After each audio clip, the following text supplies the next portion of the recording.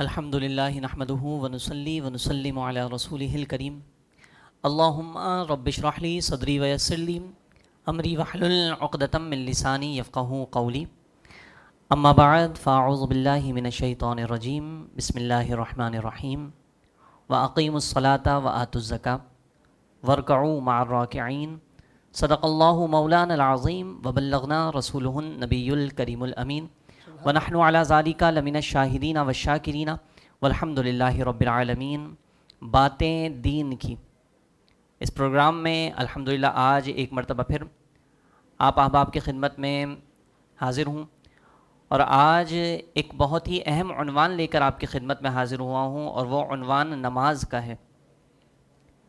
نماز اللہ تبارک و تعالیٰ سے بندے کا ایک بہت بہترین رابطے کا ذریعہ ہے، اور حضور صلی اللہ تعالیٰ علیہ وسلم نے اس حوالے سے ارشاد فرمایا کہ نماز اس طرح پڑھو کہ تم رب کو دیکھ رہے ہو، اور اگر یہ نہ ہو سکے تو پھر اس طرح نماز ادا کرو کہ یہ سمجھ لو کہ اللہ تبارک و تعالیٰ تو تم کو دیکھ رہا ہے۔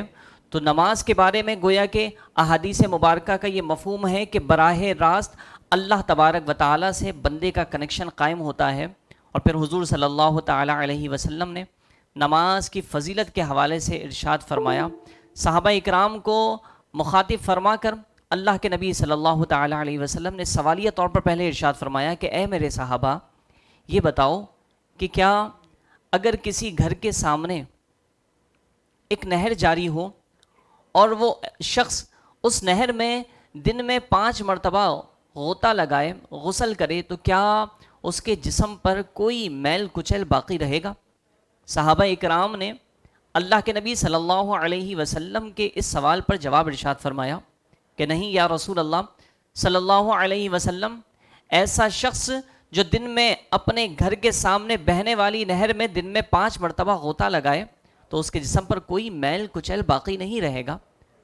اللہ کے نبی صلی اللہ تعالیٰ علیہ وسلم نے فرمایا کہ اسی طرح جو شخص دن میں 5 وقت نماز کا اہتمام کرتا ہے تو اللہ تبارک و تعالیٰ اسے گناہوں کے میل سے پاک اور صاف فرما دیتا ہے۔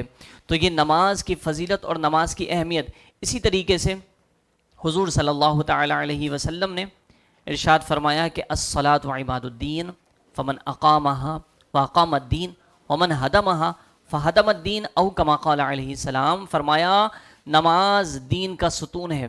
یہ حیثیت حاصل ہے نماز کو کہ ہر چھت کا کچھ ستون ہوتے ہیں، ہر عمارت کے کچھ پلرز ہوتے ہیں جس پر وہ عمارت رکی ہوئی ہوتی ہے۔ دین گویا کہ ایک عمارت ہے، اور اس عمارت کو روکنے والے جو ستون ہے وہ نماز ہے۔ فرمایا کہ جس نے نماز کو قائم کیا اس نے اپنے دین کو قائم کیا، اور جس نے نماز کو چھوڑ دیا گویا کہ اس نے اپنے دین کو ڈھا دیا، کمزور کر دیا، کھوکھلا کر دیا۔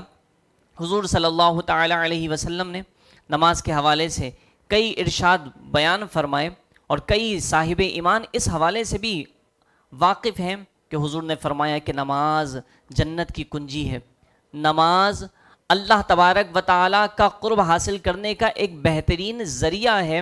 اور پھر نماز کی بڑی فضیلتیں بیان کی گئیں۔ اس حوالے سے اللہ کے محبوب صلی اللہ تعالیٰ علیہ وسلم کی ایک حدیث مبارکہ ہے، وہ بیان کرنے سے پہلے تمہیداً میں آپ کی خدمت میں یہ عرض کرنا چاہوں کہ بندے کی کچھ خواہشات ہوتی ہیں۔ سب سے بڑی خواہش جو آج کے معاملے کے حوالے سے اور آج اس حالات کے حوالے سے بندے کا سب سے بڑا مسئلہ یہ ہے رزق معاش، کہ حلال روزگار حاصل کرنا آج کے دور میں بڑا مشکل ہو گیا، اور لوگ تنگی رزق میں مبتلا ہوتے چلے جا رہے ہیں۔ چلیے جناب، اگر آپ کو رزق حلال کی فراوانی بھی دے دی جائے تو پھر کیا اطمینان بخش حاصل ہو جائے گا؟ تو پھر جواب ملتا ہے کہ نہیں، رزق تو حاصل ہو گیا، لیکن بندہ چاہتا ہے کہ اچھا چہرہ بھی اس کو حاصل ہو جائے، حسن بھی عطا کر دیا جائے، خوبصورتی بھی عطا کر دی جائے۔ اچھا جناب، اگر خوبصورتی عطا کر دی گئی تو پھر تو کہا جاتا ہے کہ میرے ذہن کو سکون بھی ہونا چاہیے۔ ذہن کو سکون بھی مل گیا تو پھر کہا گیا کہ میرے گھر کا ماحول بھی اچھا ہونا چاہیے، گھر سے فتنہ و فساد، لڑائی دنگا، نا اتفاقیاں ختم ہو جانی چاہیے۔ اچھا جناب، آپ کے گھر کو اتفاق کی دولت بھی عطا فرما دی گئی، نا اتفاقیاں ختم بھی کر دی گئیں، تو پھر کہتا ہے کہ میرے اندر ایک ایسی چیز ہونی چاہیے جس کو کشش اور اٹریکشن کہتے ہیں، کہ وہ بھی میرے اندر ہونی چاہیے، جو مجھے دیکھے میری طرف دیکھتا ہوا چلا آئے، میری طرف کھنچتا ہوا چلا آئے، میری طرف مائل ہو جائے۔ تو جناب ان تمام چیزوں کا حل اللہ کے نبی صلی اللہ علیہ وسلم نے بہت خوبصورتی کے ساتھ ارشاد فرمایا یہ 5 خواہشات بندے کی 5 نمازوں کے ذریعے حل ہو سکتی ہیں اور یہ پوری ہو سکتی ہیں۔ فرمایا کہ اگر کوئی شخص فجر کی نماز کا اہتمام فرماتا ہے تو اللہ تبارک و تعالی فجر کی نماز کے ذریعے غیب کے خزانوں سے اس کے روزگار کا انتظام فرماتا ہے۔ فرمایا کہ اگر کوئی شخص ظہر کی نماز ادا کرتا ہے تو اللہ تبارک و تعالی اس کے چہرے پر نور کے 70 دروازوں کو کشادہ فرما دیتا ہے۔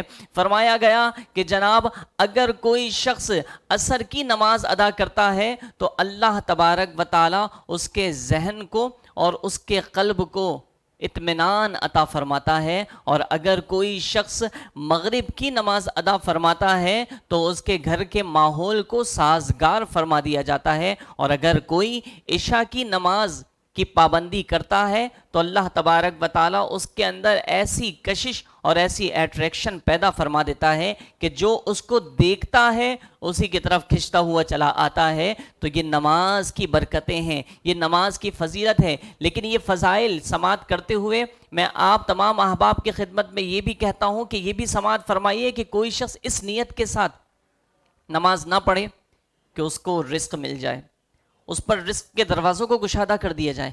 کوئی اس لیے بھی نماز نہ پڑھے کہ جناب اس کے چہرے پر نور کے 70 دروازوں کو گشادہ کر دیا جائے، اس لیے بھی نماز نہ پڑھے کہ اس کے ذہن کو اور اس کے قلب کو اطمینان عطا کر دیا جائے، اور اس لیے بھی نہیں کہ گھر کا ماحول سازگار ہو، اور اس لیے بھی نہیں کہ جناب کہ اس کے اندر ایسی کشش اور اٹریکشن پیدا ہو جائے کہ اس کی طرف لوگ کھینچتے ہوئے چلے آئیں۔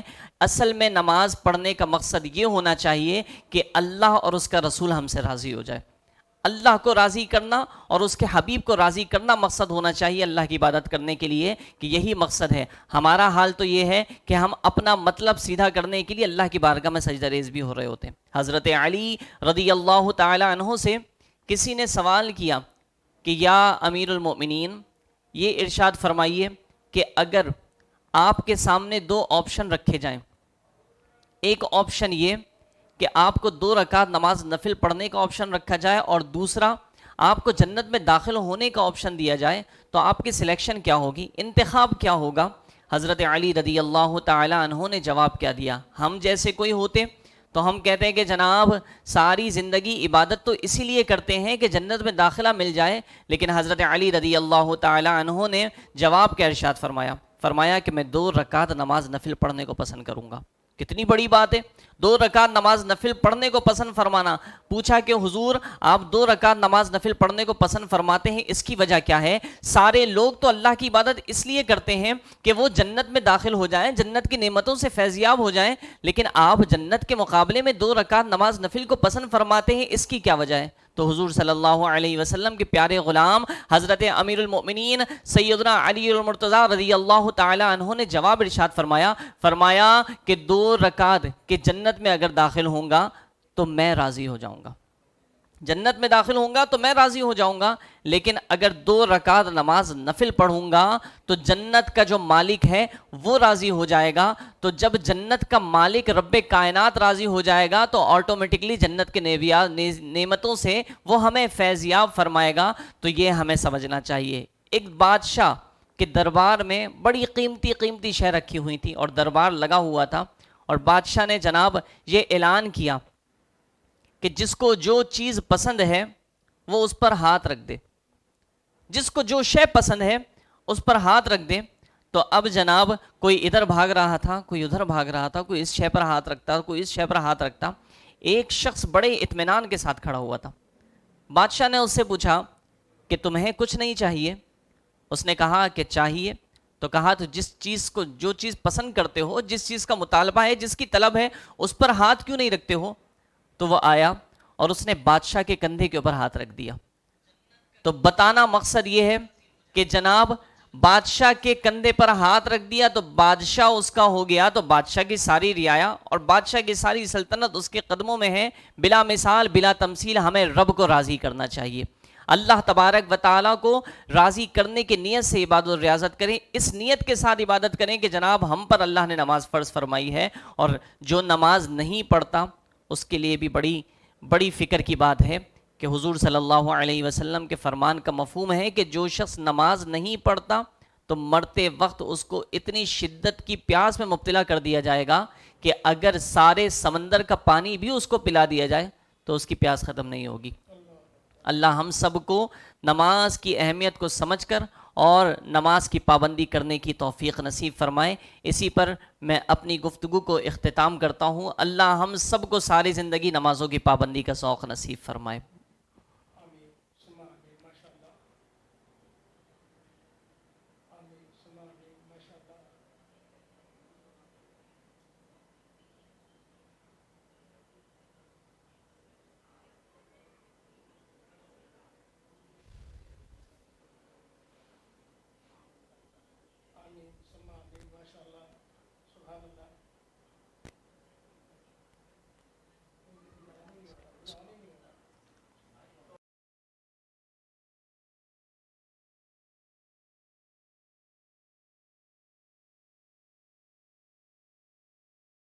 تو اللہ تبارک و تعالی ہم سب کو نماز کی فکر کرنے کی اور نماز کی پابندی کرنے کی توفیق نصیب فرمائے۔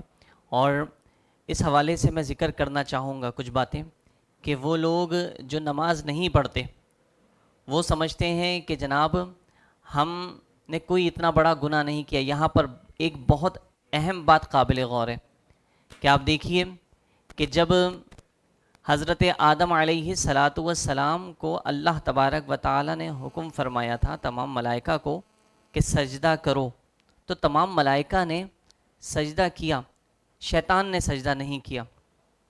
یہ بات کل بھی ذکر کی گئی، لیکن کسی اور عنوان سے، آج کسی اور عنوان سے ذکر کی گئی کہ شیطان نے سجدہ نہیں کیا، ایک سجدہ نہیں کیا، تو اللہ تبارک و تعالی نے اس کو ملعون اور راندہ درگاہ قرار دے دیا گیا۔ آج ہمیں سوچنا چاہیے ذرا کہ ہم عبادتوں سے دور ہیں اور اللہ نے حکم فرمایا، قرآن کا فرمان واقیم الصلاۃ، نماز قائم کرو، لیکن ہم اپنے عمل سے نماز سے دور ہیں، اور گویا کہ کہیں ایسا تو نہیں ہے کہ ہم اپنے عمل سے رب کے فرمان کی نافرمانی کر رہے ہیں اور اللہ تبارک و تعالیٰ کے حکم سے اپنے آپ کو پیچھے ہٹا رہے ہیں، تو ہمیں اس کی فکر کرنی چاہیے۔ وہ ایک سجدہ کر کے ملعون ہو گیا، آج ہم کئی سجدے نہ کرنے کی وجہ سے بھی اشرف المخلوقات کہلاتے ہیں، تو یہ حضور کا صدقہ ہے، لیکن ہمیں اپنی فکر عبادتوں کی کرنی چاہیے۔ اللہ ہم سب کو پانچوں نمازوں کا اہتمام کرنے کی سعادت نصیب فرمائے۔ آمین ثم آمین۔ ماشاء اللہ، سبحان اللہ، بہت عمدہ طریقے سے اور بہت ہی احسن طریقے سے مفتی صاحب نماز کے حوالے سے بہت پیاری گفتگو فرما رہے تھے۔ مطمع نظر ایک یہ کہ ایک نہ سجدہ کرنے پر ابلیس کو شیطان بنا دیا گیا، وہ جو کہ فرشتوں میں افضل ترین تھا، کہ جس کی عبادتیں اور ریاضتیں اتنی تھیں کہ وہاں پر فرشتوں کی عبادتیں بھی ختم ہو گئی تھیں۔ وہ جب سجدے میں جاتا تو ہزاروں سال سجدے میں رہتا، جب وہ رکوع میں رہتا تو ہزاروں سال تک رکوع میں رہتا، وہ اگر قیام کرتا تو ہزاروں سال تک قیام کرتا۔ عبادت اور ریاضات میں وہ ابلیس جو کہ اس وقت سب سے زیادہ ملعون سمجھا جاتا ہے، ایک سجدہ نہ کرنے پر اللہ تعالیٰ کے دربار سے دھتکار دیا گیا۔ اور ہم وہ ہیں کہ اللہ تبارک و تعالیٰ نے ہم کو قرآن پاک میں متعدد مقامات کے پر ہم پر یہ نماز کو فرض کیا اور فرمایا کہ واقیم الصلاۃ وآتوا الزکوٰۃ، متعدد جگہوں کے پر، لیکن آج ہم اس نماز سے بہت پیچھے ہیں۔ اللہ تبارک و تعالیٰ ہم سب کو نماز کا عادی بنائے۔ بہت خوبصورت انداز میں آپ نے نماز کی بات کی ہے۔ میں ایک بات مفتی صاحب اسی سے میں منسلک کرتے ہوئے آگے چلوں گا کہ ہم لوگ بحیثیت اشرف المخلوقات، بحیثیت انسان، کامیابی کون نہیں چاہتا؟ ہر شخص چاہتا ہے کہ اپنے شعبے میں، اپنی زندگی میں، جس جگہ پر وہ تعلق رکھتا ہے، کامیابی اور کامیانی اور کامرانی حاصل کرے، کامیابی اس کے قدم چومے۔ لیکن دیکھیں کتنی عجیب سی بات ہے کہ ہماری مسجد سے 5 وقت حی علی الصلاۃ، حی علی الصلاۃ، حی علی الفلاح، حی علی الفلاح، کہ آؤ کامیابی کی طرف، آؤ فلاح کی طرف، آؤ نماز کی طرف پکارا جاتا ہے، لیکن ہم ایک دفعہ بھی وہاں پر اس پہ لبیک نہیں کہتے۔ کامیابی ہر شخص چاہتا ہے، لیکن جب اللہ تعالیٰ خود اپنے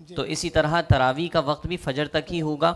تو اب جناب وہ کاروبار سے فراغت حاصل کر کے رات کے کسی بھی پہر میں فجر سے پہلے وہ 20 رکعت تراویح اور پھر اس کے بعد وطر کا اہتمام کر سکتا ہے. اچھا، اب دو چیزیں اسی سے نکلتی ہیں، اسی سے جو ہے وہ نکل رہی ہیں. پہلی چیز تو یہ ہے کہ عمومی طور کے اوپر لوگ جو ہے جب کاروبار میں لگ جاتے ہیں یا کسی اور کام میں لگ جاتے ہیں یا ظہر میں یا فجر میں ان کو وقت نہیں ملتا، باجماعت نماز ادا کر نہیں پاتے.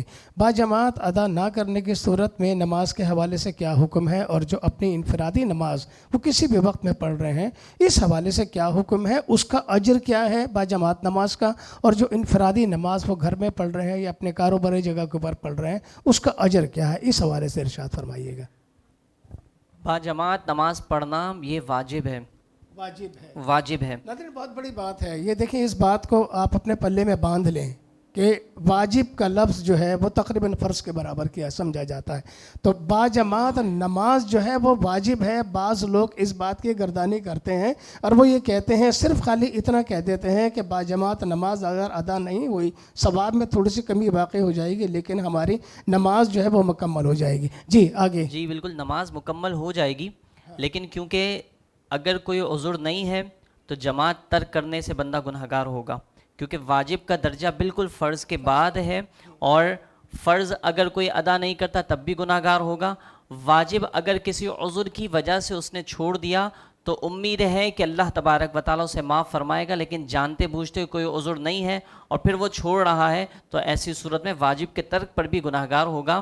اب حضور صلی اللہ علیہ وسلم کا یہ فرمان بھی ہمیں ملتا ہے کہ اگر تم اکیلے نماز پڑھو تب تو جماعت نہیں ہو سکتی، لیکن اگر تم 2 لوگ ہو اور نماز کا وقت ہو جائے تو جماعت سے نماز پڑھو. یہاں تک کہ 2 لوگ میں بھی جماعت سے نماز پڑھنے کا حکم ارشاد فرمایا ہے. تو اس کی اہمیت کا اندازہ ہمیں اسی فرمان سے ہوتا ہے. اچھا، یہ بات یہاں پر پھر ایک اور بات پیدا ہو جاتی ہے، ایک اور سوال یہاں پر سامنے آ جاتا ہے کہ ایک تو مسجد میں باقاعدہ طور کے پر جماعت ہے اور وہ مخصوص ٹائم ہے کہ جہاں پر جماعت ادا کرنی ہے. اس جماعت میں اگر وہ جماعت ہم سے نکل جاتی ہے اور جو ہم 2 افراد یا 3 افراد مل کر وہ ہم جماعت اپنی ادا کر لیتے ہیں، تو اس جماعت کے اور اس جماعت کے اجر میں کچھ فرق ہوگا یا وہ جماعت کے برابر ہی ہو جائے گی؟ اجر تو یقیناً جماعت کا، اگر آپ جس انداز میں جماعت سے نماز پڑھیں گے تو آپ کو جماعت کا اجر برابر ہی ملے گا. ہاں یقیناً یہ ضرور ہے کہ آپ کا امام جتنا علم و حکمت کے اعتبار سے بلند و بالا ہوگا، تقوی کے اعتبار سے بلند و بالا ہوگا، تو آپ کی نماز کا مرتبہ بھی اتنا ہی بلند ہو جائے گا. تو یقیناً مساجد کے ائمہ اکرام جو ہوتے ہیں تو ان کا مقام و مرتبہ عام نمازیوں کے مقابلے میں یقیناً بہت بلند و بالا ہوتا ہے. تو ان کے پیچھے، امام کے پیچھے نماز پڑھنے کا جو اجر ہے اس کا تصور عام جماعت سے نہیں کیا جا سکتا اور کمپیریزن بھی نہیں کیا جا سکتا. تو اس میں اور اس میں کسی حد تک فرق تو ہے، لیکن بہرحال جہاں تک وجوب کی بات ہے، آپ پہلی جماعت سے نماز پڑھیں یا دوسری جماعت سے نماز پڑھیں، وجوب آپ کا ادا ہو جائے گا انشاءاللہ.